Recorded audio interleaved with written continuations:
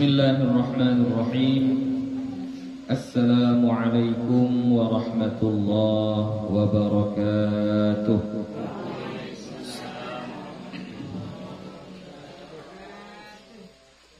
Alhamdulillahi rabbil alamin. Wassalatu wassalamu ala nabiyyil karim wa ala alihi wa sahbihi ajma'in. Rabbi shrah li sadri wa yassir li amri wahlul 'uqdatam min lisani yafqahu qawli. Rabbi yassir wa la tu'assir, Rabbi atmim bil khair, wa la hawla wa la quwwata illa billahil 'aliyyil 'azim.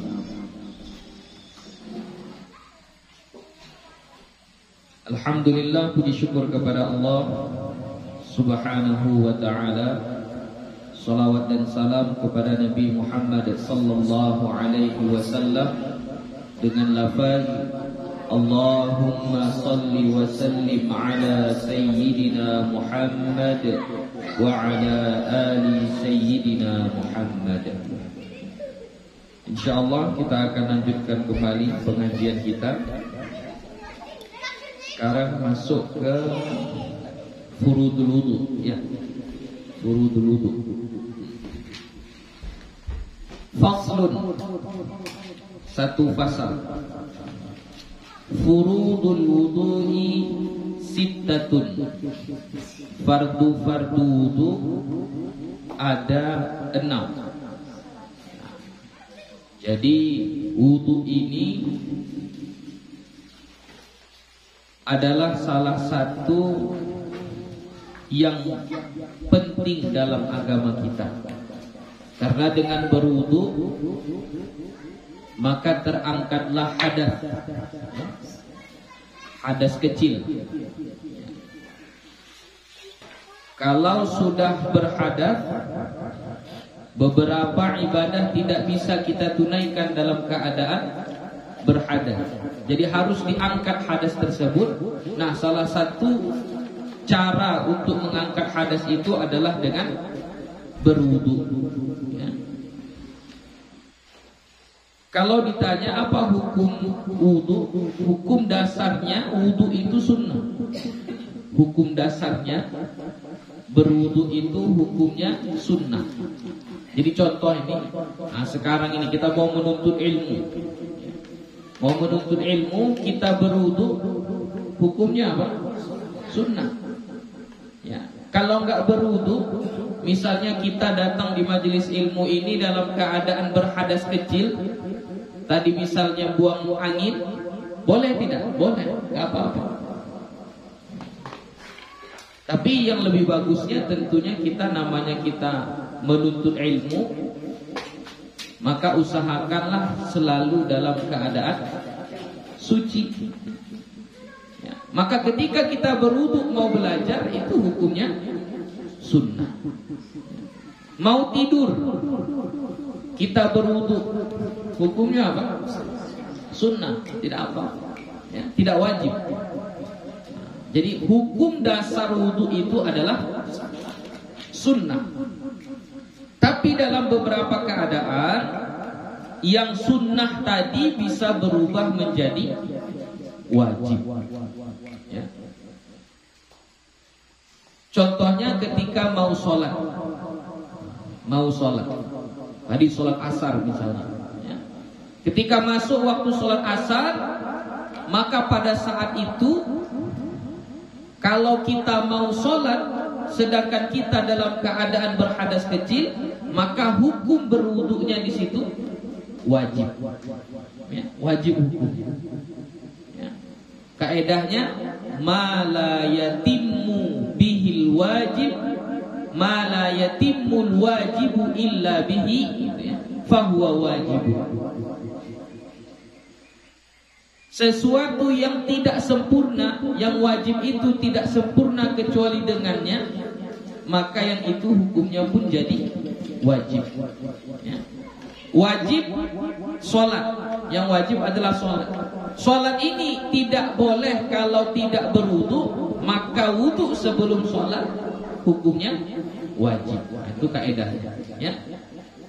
Jadi hukum dasarnya sunnah, tapi bisa berubah menjadi wajib.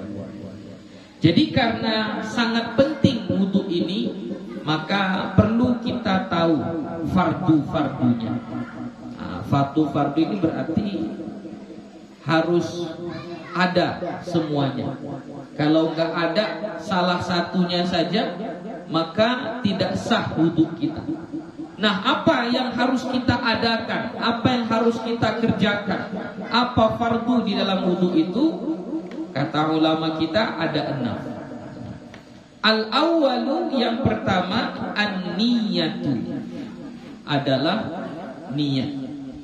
Jadi fardu yang pertama di dalam wudu itu adalah niat. Jadi kita wajib berniat. Kalau berwudu itu hukumnya wajib berniat.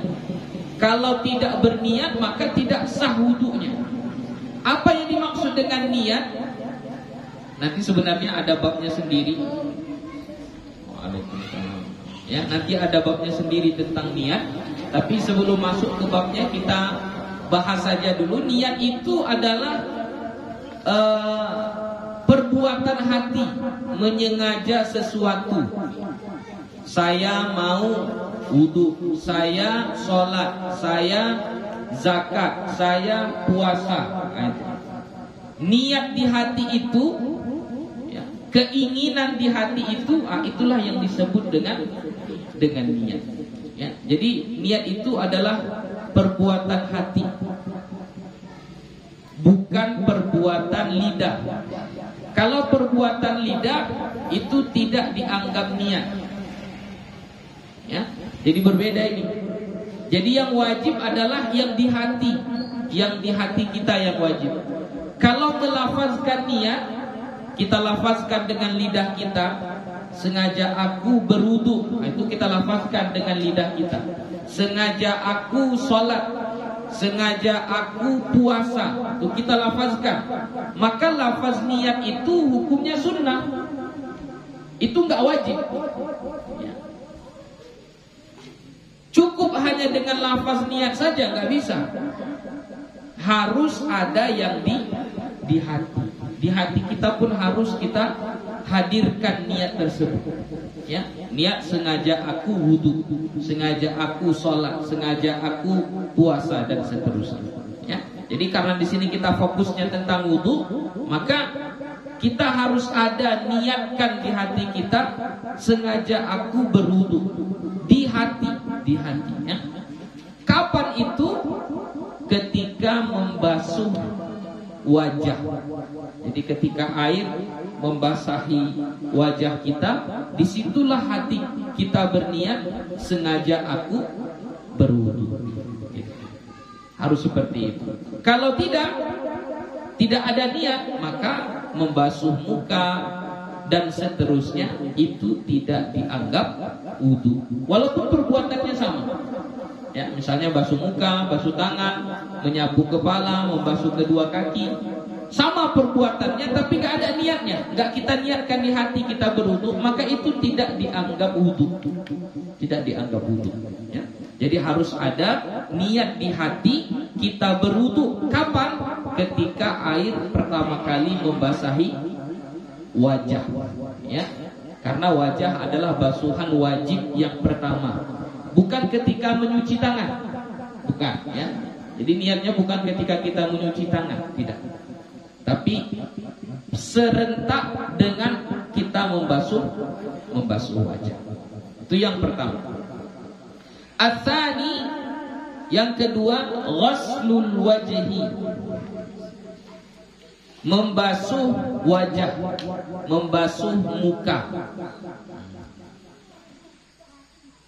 Pertama kita harus memahami dulu mana yang disebut muka di dalam wudu. Muka itu ini dari tumbuhnya rambut dari sini, ya, sampai ke dagu. Ini apanya? Kemudian dari telinga ke telinga, dari sini ke sini. Ya. Itulah yang ada di antara itu, itulah yang disebut dengan wajah. Jadi ketika kita berwudu, semuanya itu ini dari tumbuh rambut ini terus sampai ke sini, sampai ke pinggir telinga ini, sampai ke dagu ini, rahang kita ini, ya rahang ini terus sampai ke dagu, itu harus terkena air, harus dibasuh. Itu baru namanya membasuh wajah atau membasuh muka. Kalau kayak anak-anak kecil, dia basuh mukanya cuma di sini aja, bagian depan ini aja kan. Anak-anak kecil, anak-anak SD, itu berarti belum dianggap ghuslul wajhi, belum dianggap membasuh wajah. Jadi membasuh wajah kayak mana? Harus semuanya, harus semuanya sampai ke sini ini kita ratakan semuanya, kita ratakan sampai ke sini. Makanya kita rahang kita ini pun ini kita sapu, sampai lebihkan saja, karena kita nggak tahu batas pastinya. Kalau misalnya di dagu di sini, lebihkan saja, lebihkan sampai ke sini, nggak apa-apa, ya, dilebihkan. Sama juga ini tumbuh rambut ini, kita nggak tahu di sini, lebihkan saja sampai sini, nggak apa-apa, dilebihkan. Lebih bagus lebih daripada kurang, ya, lebih bagus lebih daripada kurang. Itu ghuslul wajhi. Dan apa yang ada di permukaan tersebut maka wajib dibasuh juga. Jadi kalau misalnya ada rambut di antara batas-batas yang Buya sebut tadi, maka wajib dibasuh juga. Contoh ini kan rambut nih. Nah, maka rambut yang ada di sini ini wajib dibasuh. Laki-laki ada kumis, kumisnya wajib dibasuh. Ini jenggot yang di sini wajib dibasuh. Ya, wajib dibasuh. Bagaimana kalau dia tebal? Kalau tebal maka cukup menyapu permukaannya saja, menyapu permukaannya saja. Tapi kalau tipis kayak gue ini termasuk tipis, berarti harus digosok, harus digosok, harus digosok itu. Nggak bisa hanya sekedar dialirkan air ke permukaannya, tidak, harus digosok, harus digosok, begini kan, ya, supaya apa? Air itu sampai ke permukaan kulit. Ya, jadi apa yang ada di batas-batas yang gue sebut tadi itu wajib dibasuh. Bagian yang nampak ya, kalau yang tidak nampak, contoh lubang hidung, lubangnya itu nggak wajib. Tapi kalau bagian bawahnya ini wajib ini. Ya, jadi jangan sekedar gini saja, takutnya nanti kalau kita alirkan air ke atas ini, yang di bawah hidung kalau nggak kita sapukan, yang di bawah hidung ini nggak kena. Nah, itu perlu juga diratakan, perlu juga yang di bawah hidung.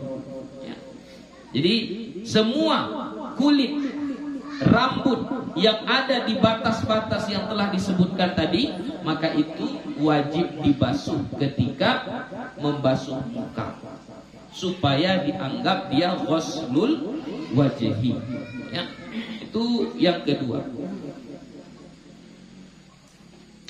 Yang ketiga, ats-tsalitsu ghuslul yadaini ma'al mirfaqaini, membasuh kedua tangan beserta kedua siku.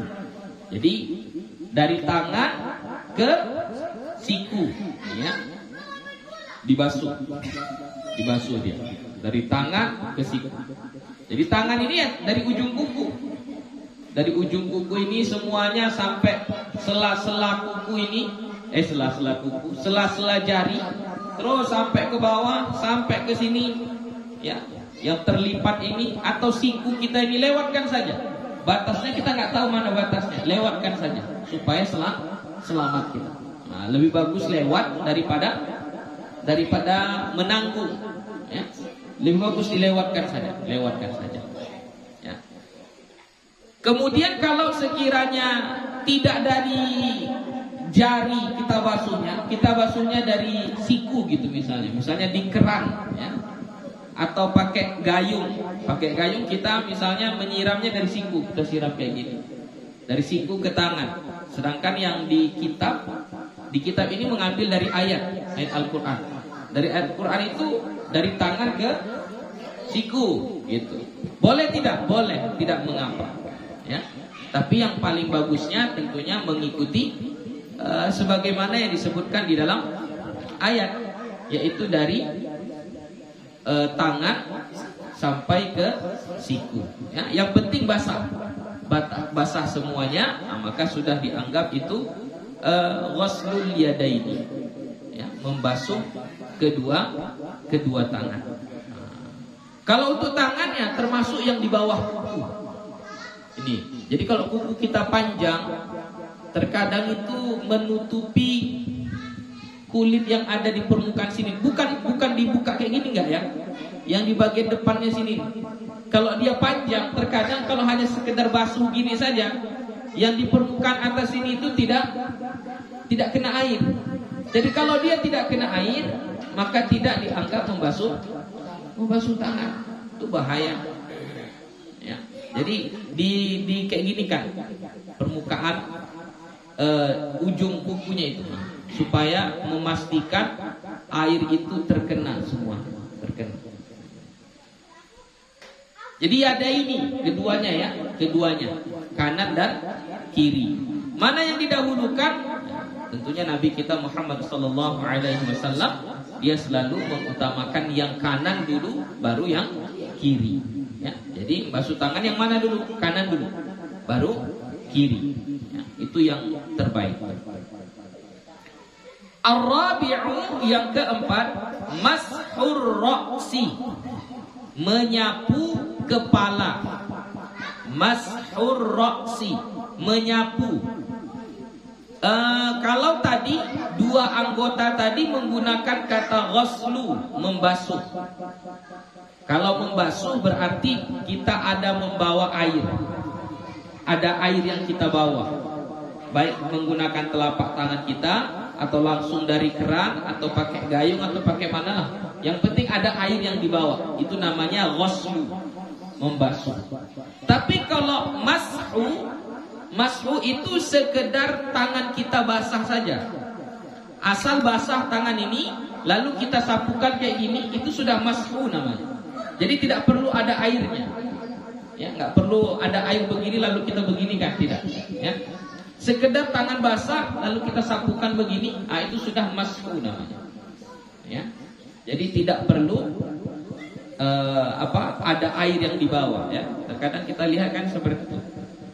Waktu menyapu kepala itu ada air, kayak gini kan. Akhirnya air itu merembes, menetes-netes ke bawah-bawah. Gitu. Nah, padahal sekedar basah aja sudah, diginikan saja sudah, nggak apa-apa. Namanya mashu, ya, menyapu, ya, menyapu. Jadi yang disapu apa? Yang disapu kepala. Ingat, mashur ra'si, menyapu kepala. Bukan menyapu rambut. Ya. Mana yang disebut dengan kepala? Kepala inilah dari tempat tumbuhnya rambut ini di sini sampai ke belakang sini. Ini namanya kepala. Dan apa yang ada di atas kepala itu juga kepala. Apa yang ada di atas kepala? Rambut lah. Maka rambut itu kepala juga. Jadi makanya kalau orang dia sapu begini, boleh, tidak apa-apa. Tapi rambutnya yang kena ya bukan kepalanya, enggak apa-apa. Rambutnya itu di kepala enggak? Iya, di kepala. Berarti sudah memadai. Yang enggak boleh itu adalah rambut yang keluar dari batas kepala. Contoh perempuan panjang rambutnya. Panjang rambutnya kan sudah keluar dari batas kepala itu ujungnya. Lalu dia ambil air, dia sapu yang di sini. Yang di luar dari batas kepala. Apakah itu disebut dengan menyapu kepala? Tidak. Itu menyapu rambut namanya. Itu menyapu rambut. Ya. Nampak perbedaannya? Tapi kalau yang di sini, walaupun rambut yang disapu, itu sudah dianggap menyapu kepala. Kenapa? Karena rambut yang ada di batas kepala. Tapi kalau dia sudah lewat dari batas kepala, lalu disapunya di bagian sini, maka itu tidak dianggap menyapu kepala. Jadi tidak sah wudhunya. Jelas? Itu mashu, ya. Mashu, menyapu. Al-khamisu yang kelima, ghuslur rijlaini ma'al ka'baini, membasuh. Ini membasuh kembali. Tadi menyapu, ini membasuh. Berarti kalau membasuh harus ada air yang dibawa, ya, harus ada. membasuh kedua kaki sampai kedua mata kaki, ya, sampai ke mata kaki. Mana mata kaki kita inilah. Jadi kalau kita ragu, lewatkan saja sampai ke atas ini, sudah boleh. Ya. Jadi jangan sampai mata kakinya katanya, cuma di sini saja dibuat. Takutnya nanti nggak sampai ke batasnya. Jadi lebih bagus lewatkan saja, dilewatkan. Ya. Untuk kaki ini harus lebih ekstra kita. Kenapa? Karena kaki kita ini kita gunakan untuk berjalan. Ya, kena debu, kena pasir. Jadi terkadang kalau kita sudah berjalan di luar ini, sudah berdebu kaki kita, kalau kita sekedar siram-siram begitu saja, itu tidak merata air kena di permukaan kulit kaki. Kenapa? Karena dihalangi dengan debu-debu tadi. Jadi bagaimana supaya amannya? Digosok dia. Untuk memastikan supaya air itu merata ke permukaan kulit yang ada di kaki. Ya, termasuklah sela-sela jari kaki. Sela-sela jari kaki itu pastikan itu terkena air. Ya, pastikan. Karena semua kulit yang ada dari ujung kaki sampai mata kaki itu wajib dibasuh. Ya, supaya sempurna. Satu lagi, ini yang di belakang mata kaki, apa namanya? Ini yang agak lengkung. Ada yang agak lengkung di belakang mata kaki kita. Itu hati-hati juga. Itu banyak kalau kita tengok anak-anak, kalau dia berwudu bagian itunya nggak kena. Karena dia hanya main siram-siram aja. Siram dari depan sehingga bagian belakang mata kaki ini tidak basah. Jadi kalau itu tidak basah, maka tidak sah wudunya. Jadi harus dibasuh semuanya dari depan sampai ke belakang. Ya, pastikan bagian belakang juga terkena air. Yang terakhir as-sadisu at-tartibu. Ya, yang keenam adalah tertib. Apa yang dimaksud dengan tertib? Tertib itu adalah tadi yang pertama apa? Muka. Setelah muka, tangan. Setelah tangan, kepala. Setelah kepala, kaki. Ini harus tertib. Nggak boleh ada yang mendahului. Contoh, tangan dulu, baru muka, baru kepala, baru kaki. Nggak boleh. Atau muka, baru kepala, baru tangan, baru kaki. Nggak boleh juga. Dia harus tertib. Urutan seperti yang tadi. Basuh muka, basuh kedua tangan sampai dua siku, kemudian menyapu kepala, baru membasuh kedua kaki sampai mata kaki. Jadi ini harus tertib. Nggak boleh ada yang mendahului dari urutan-urutan yang telah dibuat. Ya, itulah dia 6 rukun-rukun atau fardu-fardu wudu. Yang 6 ini harus ada 6-6-nya. Satu saja tidak lengkap, maka tidak sah wudunya. Berarti kalau tidak sah wudunya, maka tidak dianggap hadasnya sudah terangkat, nggak dianggap. Maka dia tetap maka dia tetap orang yang sedang berhadas. Jadi kalau dia tetap orang yang sedang berhadas, lalu dia tetap sholat dengan keadaan itu, sholatnya tidak sah, bahkan dia berdosa. Kenapa berdosa? Sholat dalam keadaan tidak suci. Sholat dalam keadaan tidak suci berdosa. Jadi makanya usahakan dijaga fardu ini, jangan sampai ada yang ketinggalan ya, yang 6 fardu. Nah, yang ini fardu-fardu wudu ini itu dalilnya jelas dari Al-Quran ya, surah Al-Maidah ayat 6 ya. Apa itu? Faghsilu wujuhakum wa aydiyakum ilal marafiqi wamsahu bi ru'usikum wa arjulakum ilal ka'bain. Itu dalilnya dari Al-Quran ya. Mana yang mengatakan tertib? Mana kan nggak ada di situ tertib.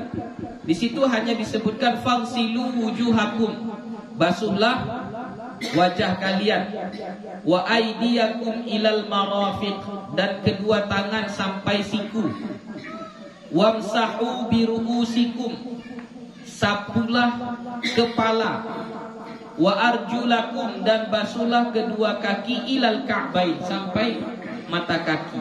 Enggak ada di situ disebutkan tertib. Ya, tidak ada di situ disebutkan tertib. Jadi dari mana ulama mengambil tertib? Pada ayat itu, ini biasanya orang Arab itu tidak mau membuat atau memisah sesuatu yang sama. Muka membasuh, kedua tangan membasuh, kaki membasuh. Tiga ini membasuh ini. Jadi susunan dalam bahasa Arab, kalau ada yang sama, pasti biasanya itu digabung ini, tiga-tiganya. Nggak mau dipisah. Kalau ada yang berbeda, maka yang berbeda akan datang sesudahnya. Ya. Yaitu yang berbeda di sini apa? Menyapu kepala. Tapi ternyata dalam susunan ayat itu tidak. Susunan ayat itu menyapu kepala, menyapu muka, membasuh muka, membasuh kedua tangan, baru menyapu kepala. Setelah itu membasuh kaki. Jadi ini kaki ini terpisah dia, padahal sama dengan dua yang pertama. Jadi inilah yang menjadi dalil bagi ulama kita bahwasannya tertib itu wajib. Kalaulah bukan karena sesuatu yang wajib, sesuatu yang penting, niscaya urutannya tidak akan seperti itu. Ya, urutannya pasti muka, membasuh muka, membasuh kedua tangan, membasuh kedua kaki, baru menyapu kepala. Kalau begitu, maka tidak bisa kita jadikan dalil tertib. Ya.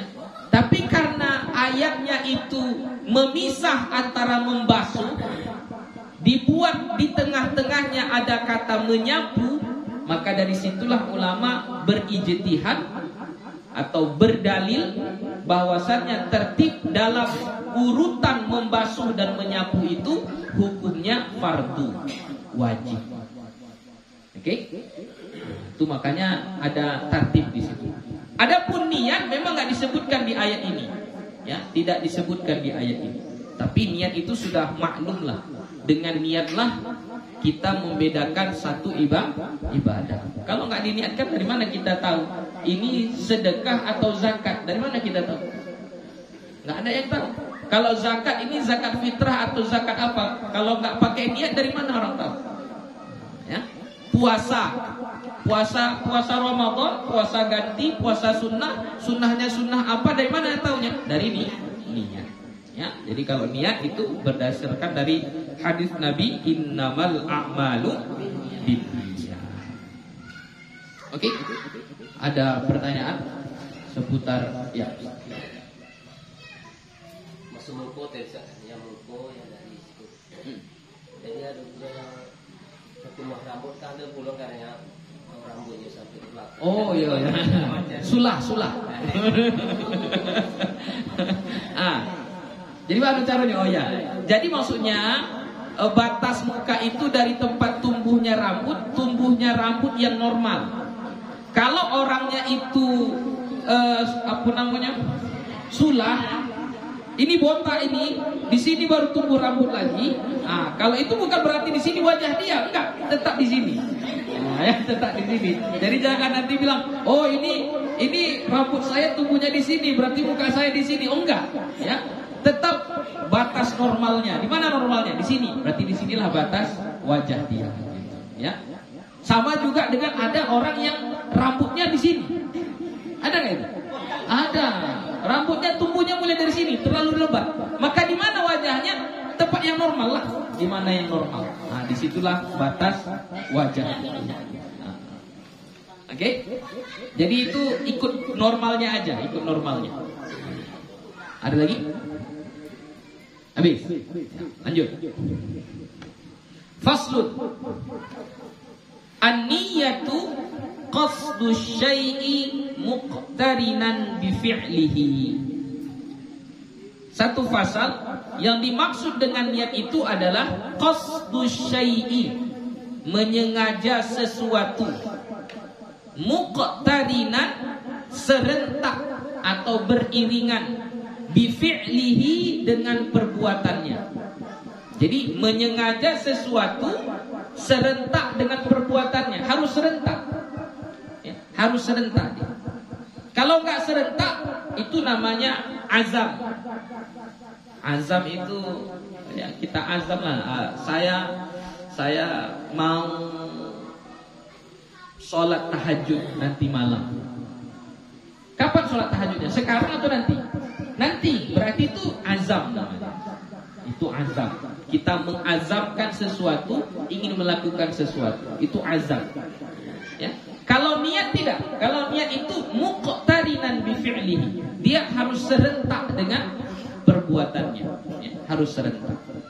Jadi kalau wudu di mana serentaknya? Serentaknya adalah ketika basuhan pertama, yaitu membasuh muka. Ya. Ketika basuh muka, disitulah langsung kita berniat. Kalau sholat, ketika takbiratul ihram, ya, itu serentak. Adapun yang susah mengambil serentaknya, contoh seperti puasa. Ya. Kapan awal puasa itu? Terbit fajar. Susah kita menentukan terbit fajar itu untuk menyerentakkannya. Maka di situ ulama mengatakan khusus untuk puasa boleh niatnya walaupun sebelum terbit fajar. Ya. Bahkan waktu sholat tarawih pun kita udah langsung niat. Waktu sholat tarawih udah langsung niat. Nawaitu shauma ghadin. Sengaja aku puasa esok hari. Ya. Boleh, tidak apa-apa.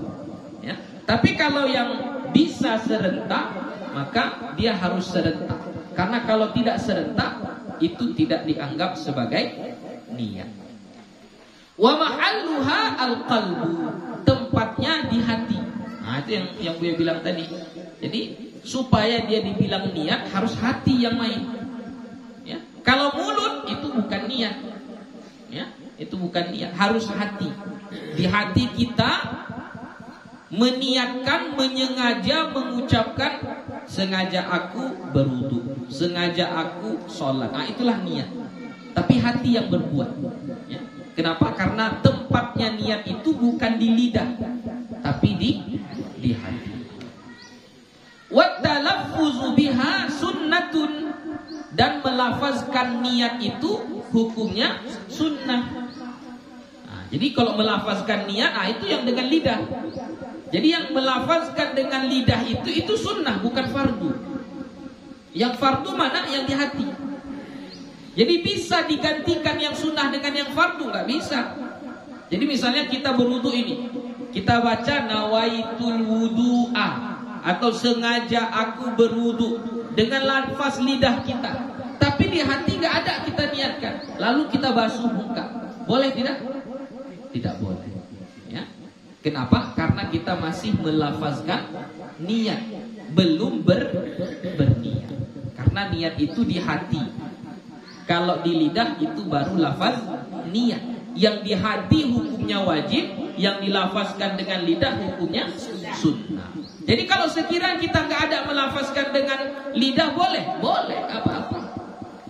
Jadi langsung basuh muka aja gini tanpa ada melafazkan nawaitul wudu'a dengan lidah kita, boleh nggak? Boleh, asal yang di hati sudah kita niatkan. Sama kayak sholat.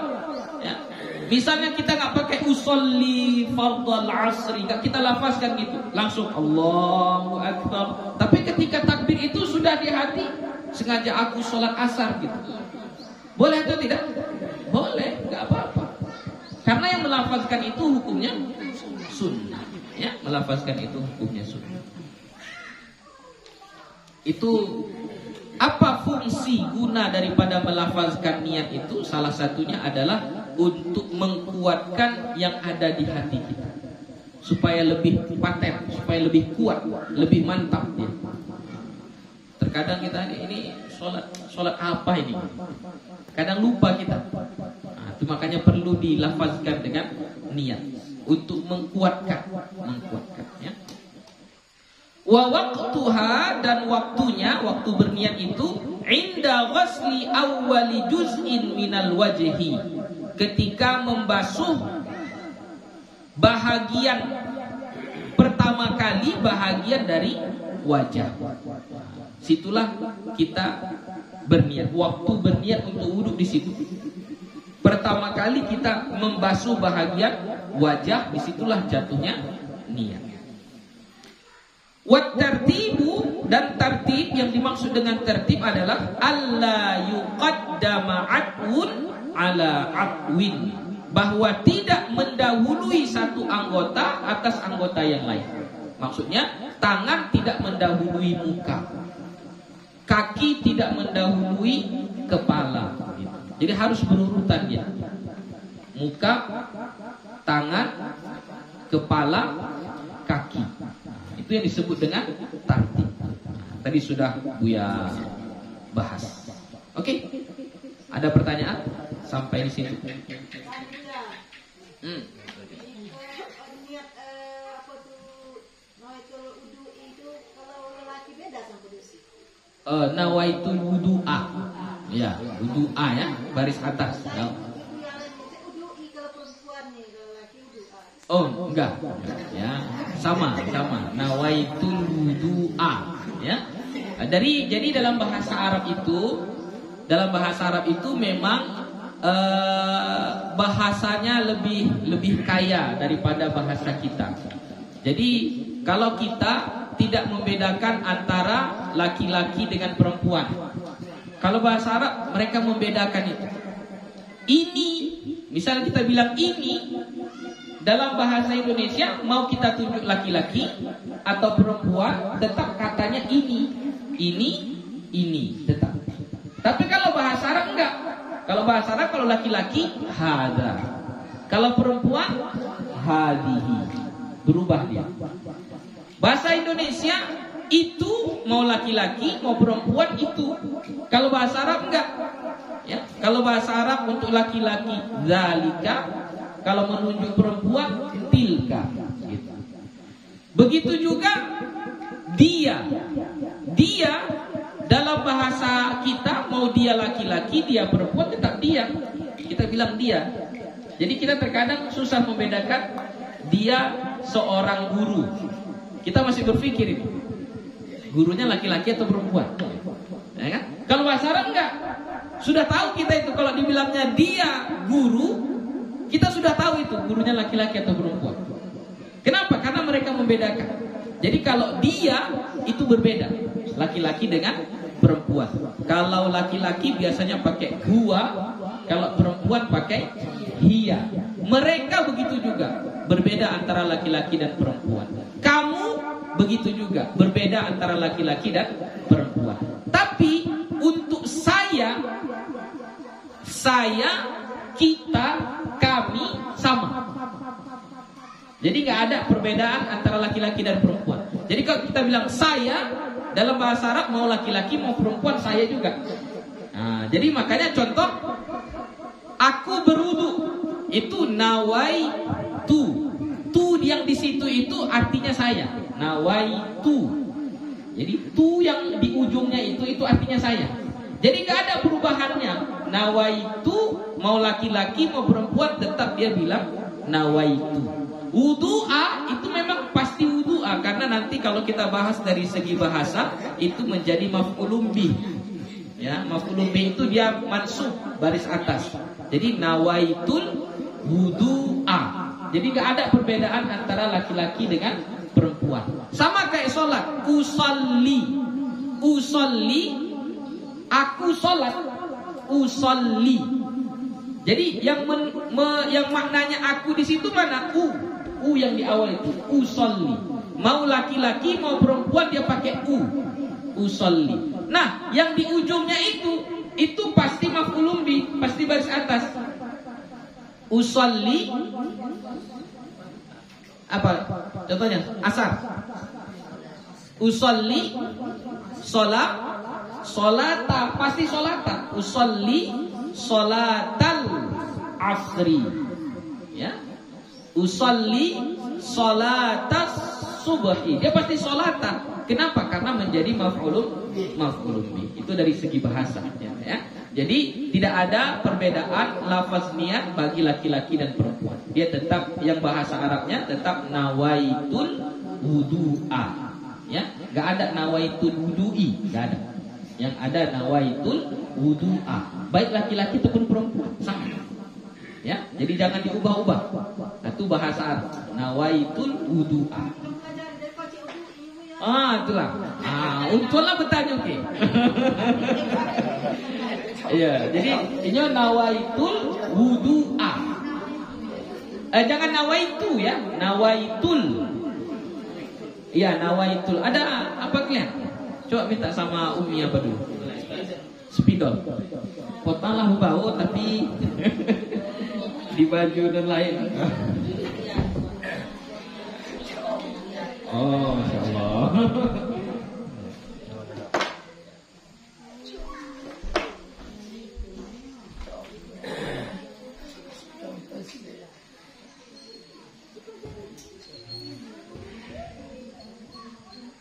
Nawaitu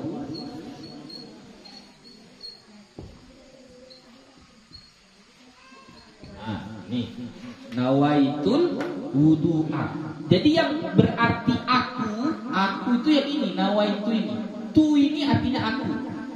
Nawai itu berniat. Tu aku berniat. Apa yang aku niatkan? Al-wudu'a. Di baris atas, wudu. Ya. Jadi nawaitul wudu'a. Sengaja aku berniat. Apa yang kita niatkan? Wudu. Dari segi bahasa nanti ini kita sebut dengan maf'ulun bih. Maf'ulun bih itu hukumnya mansub. Salah satu mansub itu baris atas. Ya. Oke? Paham? Ya. Sama kayak misalnya usolli. Aku sholat.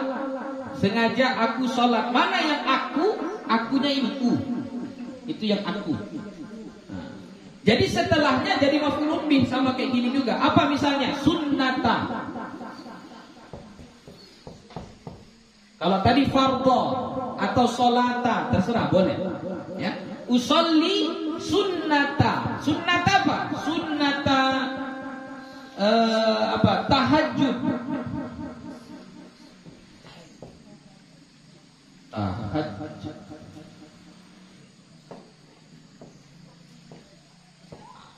Sunnata, baris atas, sama kayak ini. Sunnata.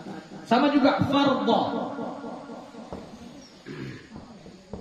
Fardho, ya. Fardho zuhri, fardho asri, fardho. Atau sholata boleh apa? Sholli sholatal asri, usolli fardhal asri, boleh apa? Ya. Jadi semuanya baris atas. Kenapa? Karena dia maf'ulun bih gitu. Ya. Jadi akunya, makna aku yang ini tu sama baik laki-laki atau perempuan sama, nggak ada bedanya, sama aja. Ya, mau laki-laki mau perempuan dia tetap memakai lafaz yang sama. Jadi jangan lagi dipakai nawaitul wudu'i karena saya perempuan gitu enggak. Ya, dia tetap nawaitul wudu'a. Ya. Oke. Ada lagi? Ini tadi yang membasuh muka dan tentunya yang tumbuh di muka tuh entah apa di situ kan. Jadi ini yang dibuat misalnya ada tato di sininya atau ditambahnya alisnya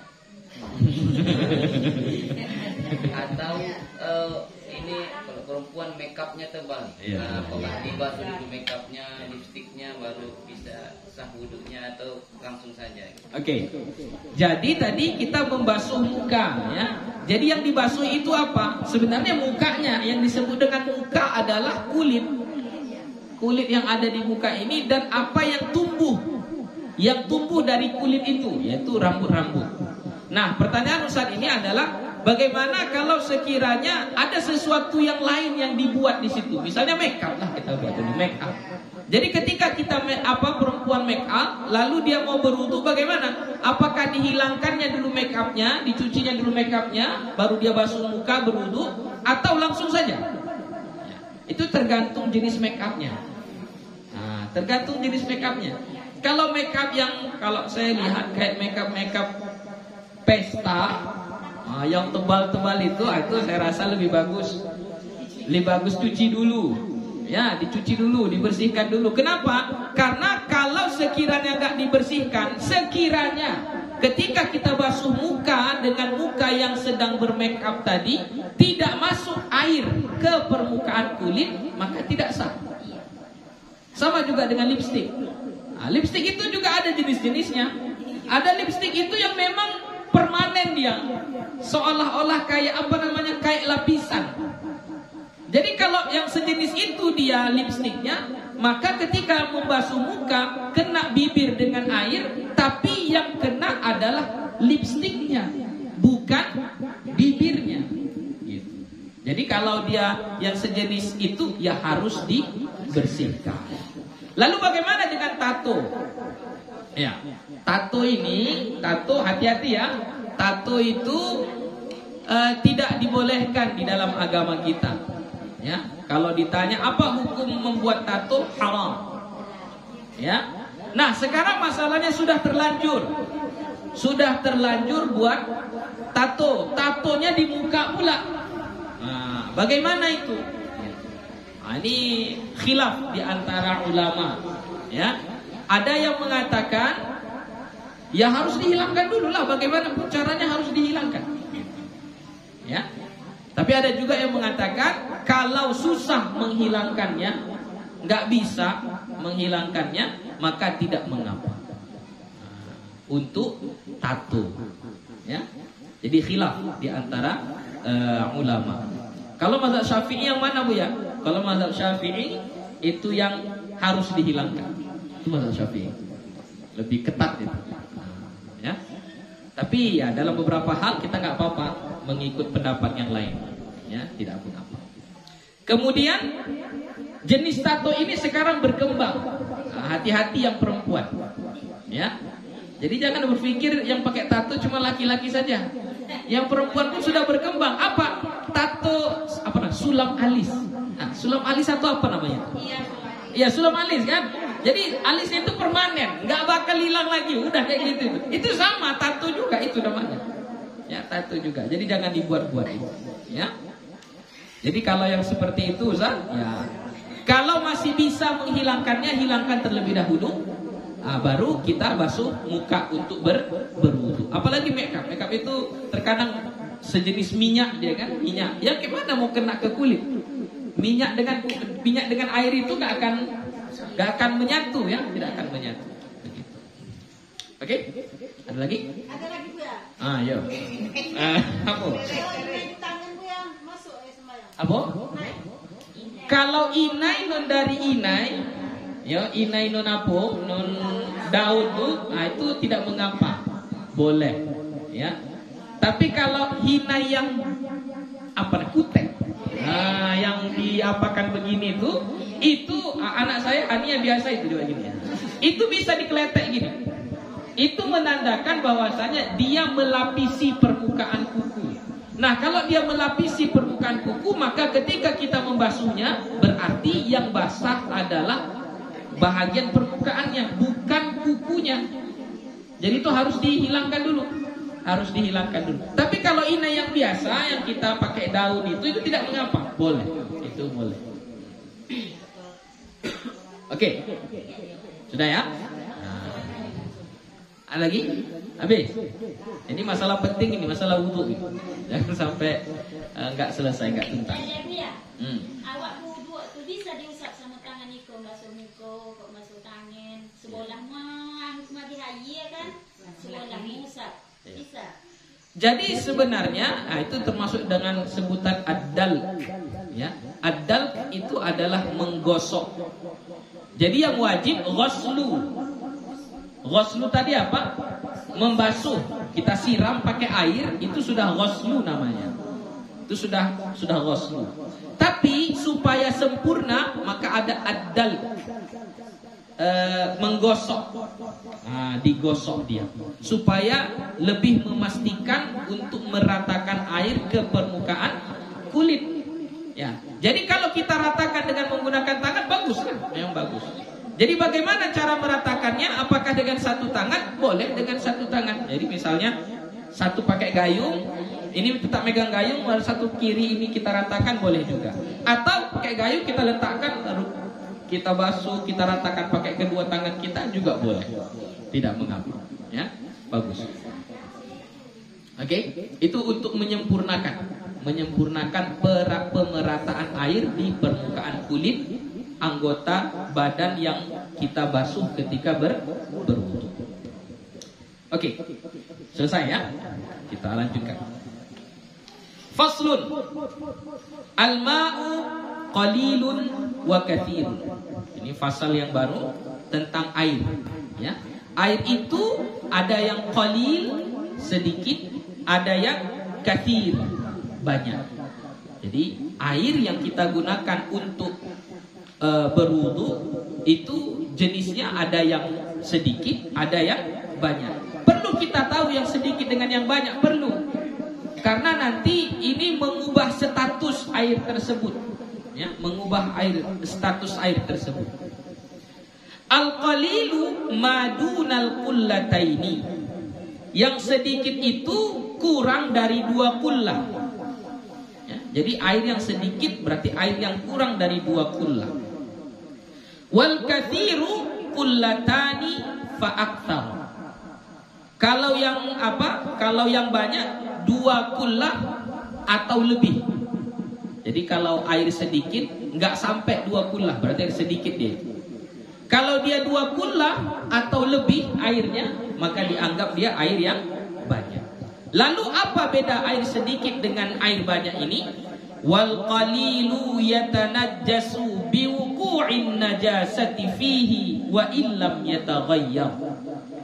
Air yang sedikit itu akan berubah statusnya menjadi air yang bernajis biwuqu'in najasati fihi, dengan jatuhnya najis pada air yang sedikit tersebut. Wa illam yataghayyar, walaupun air itu enggak berubah. Ya. Airnya sedikit, ya. Jatuh najis ke air yang sedikit ini enggak ada berubah, baunya enggak berubah, warnanya enggak berubah, rasanya enggak berubah, enggak ada yang berubah. Cuman jatuh najis ke situ. Maka air yang sedikit ini kita hukumi menjadi air yang bernajis. Padahal nggak ada berubah, warnanya nggak berubah, aromanya nggak berubah, rasanya nggak berubah. Ya. Misalnya air di ember, ya. Jatuh tai cicak ke dalam air yang di ember tadi. Ya. Kita tengok warnanya nggak berubah, tetap bening. Baunya nggak ada berbau, rasanya pun nggak ada berubah. Tapi air yang di ember tadi itu sudah statusnya berubah menjadi air yang bernajis. Kenapa dia bernajis? Jatuh najis ke dalamnya. Tapi nggak ada berubah. Oh iya, karena dia ini air sedikit. Air yang sedikit, walaupun nggak berubah, kalau sudah jatuh najis, maka dia pun berubah menjadi air yang bernajis. Berbeda dengan air yang banyak. Wal katsiru la yatanajjasu illa idza taghayyara ta'muhu aw launuhu aw rihuhu. Air yang banyak tidaklah bernajis ia kecuali apabila berubah satu, rasanya. Berubah rasanya, yang awalnya rasanya tawar jadi asin karena jatuh najis ke situ. Nah, maka air ini menjadi air yang bernajis. Atau berubah warnanya, awalnya jernih berubah menjadi keruh karena masuk najis tadi. Maka air yang banyak tadi dianggap sebagai air yang bernajis. Atau berubah aromanya, tadi nggak ada aroma apa-apa, ini sekarang sudah ada bau-baunya sedikit, bau pesing misalnya, ya, maka air yang banyak tadi dianggap sebagai air yang bernajis. Lalu bagaimana ukuran 2 kullah ini? Biar 2 kullah ini kita nggak ngerti nih, biar 2 kullah. Kayak mana 2 kullah? Apa yang dimaksud dengan 2 kullah? Kalau dari segi ukuran 2 kullah itu kita buat persegi dulu, persegi. Maka panjangnya 1/4 hasta. Hasta itu ini. Ini 1 hasta. Tambah 1/4. Berarti kira-kira seginilah. Panjangnya segitu, lebarnya juga segitu, tingginya juga segitu. Kalau diisi air penuh, maka itulah air 2 kullah. Susahnya ngitung-ngitung yang kayak gitu. Sudah dihitung sama ulama kita, Syekh Wahbah Az-Zuhaili di dalam kitabnya Al-Fiqhul Islami wa Adillatuhu, dihitung pakai liter. Yang kita tahu air itu pakai liter. Jadi 2 kullah itu kurang lebih, kata beliau, 270 liter. Itu air 2 kullah. Ya. Jadi kalau dia 270 liter, maka air itu sudah dianggap air yang banyak. Ya, air yang banyak. Begitu hitungannya. Walaupun ada yang menghitung di bawah itu juga, nggak apa-apa. Jadi kalau ada yang menghitung di bawah dengan di atas, kalau ukurannya lebih banyak, maka kita ambil yang paling banyak. Nah, supaya lebih terjaga. Ya. Jadi kalau ukuran liter kira-kira 270 liter air, itu sudah dianggap air yang banyak. Mungkin kalau kayak drum itu sudah termasuk air yang banyak. Drum itu. Ya.